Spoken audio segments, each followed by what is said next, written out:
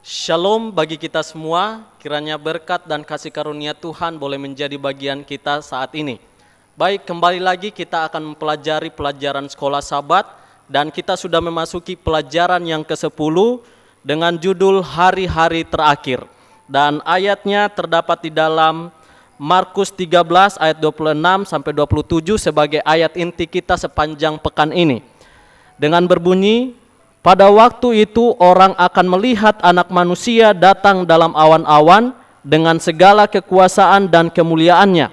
Dan pada waktu itu pun ia akan menyuruh keluar malaikat-malaikatnya dan akan mengumpulkan orang-orang pilihannya dari keempat penjuru bumi, dari ujung bumi sampai ke ujung langit. Ya, jadi inilah ayat inti kita yang berbicara tentang hari-hari terakhir. Dan di pelajaran hari Minggu, judulnya adalah 2 koin kecil sebagai persembahan. Kita boleh baca ayatnya, terdapat di dalam Markus pasal 12 ayat 41 sampai ayat 44. Namun sebelum kita melanjutkannya, mari kita tunduk kepala dan kita berdoa.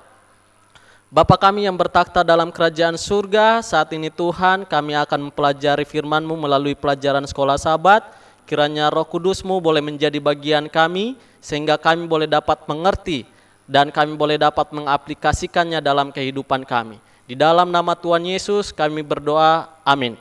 Baik, di dalam Markus pasal 12 ayat 41 sampai 44, kita ketahui bahwa Yesus sudah masuk ke Yerusalem dan secara khusus di Bait Suci.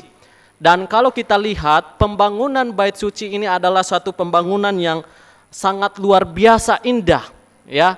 Dan itu dibangun sejak zaman Herodes, ya, tahun 20 Masehi. Dan itu masih berlangsung sampai sekitar tahun 60-an Masehi dan masih terus ada pembangunan, ya. Dan itulah sebabnya banyak orang datang untuk memberikan persembahan. Dan pada saat itu Yesus sedang duduk untuk memperhatikan siapa-siapa yang memberikan persembahan. Dan luar biasanya ketika dia memperhatikan, dia melihat ada seorang janda. Dia memberikan uang atau persembahan 2%.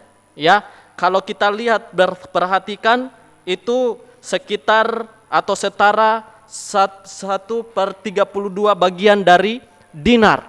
Atau kalau kita tahu bahwa upah sehari itu sama dengan 1 dinar. Itulah sebabnya kalau kita lihat persembahan daripada janda ini adalah persembahan yang paling terkecil dibandingkan orang-orang yang memberikan persembahan. Ada begitu banyak yang memberikan persembahan, orang kaya memberikan begitu banyak, tetapi Yesus tidak pernah mengomentari apa yang mereka berikan, bahkan tidak pernah memberikan pujian. Tetapi ketika janda ini memberikan persembahan, Yesus memberikan pujian. Dia panggil murid-muridnya, coba kamu perhatikan siapa yang memberikan lebih banyak dan paling terbaik. Dan Yesus memberitahukan kepada mereka bahwa janda tersebutlah yang memberikan persembahan yang paling banyak.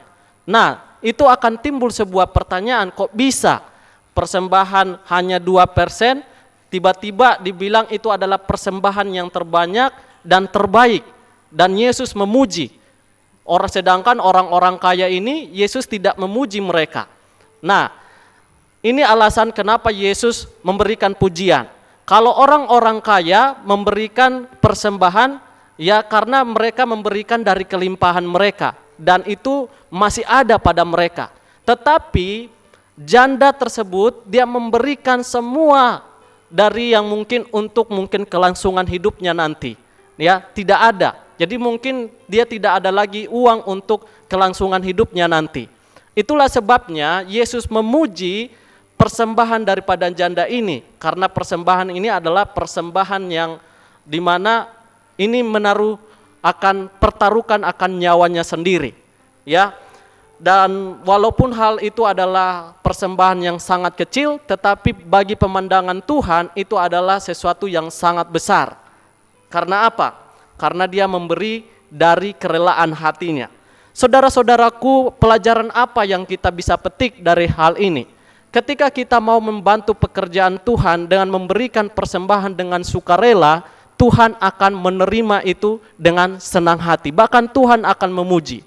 Ya, tetapi kalau kita memberi karena paksaan, karena memang itu ada aturan, akhirnya kita bersungut-sungut, hal itu susah untuk diterima di hadapan Tuhan, saudara-saudaraku. Nah, jadi hal yang lainnya juga, ketika kita mau memberi, itu juga bukan karena mau meniru para imam, tidak. Karena kita lihat para imam ini adalah orang-orang yang korup. Kalau kita lihat di pelajaran-pelajaran sebelumnya, ketika mereka bekerja sama dengan para penjual korban pada saat itu, mereka berbagi ya hasilnya.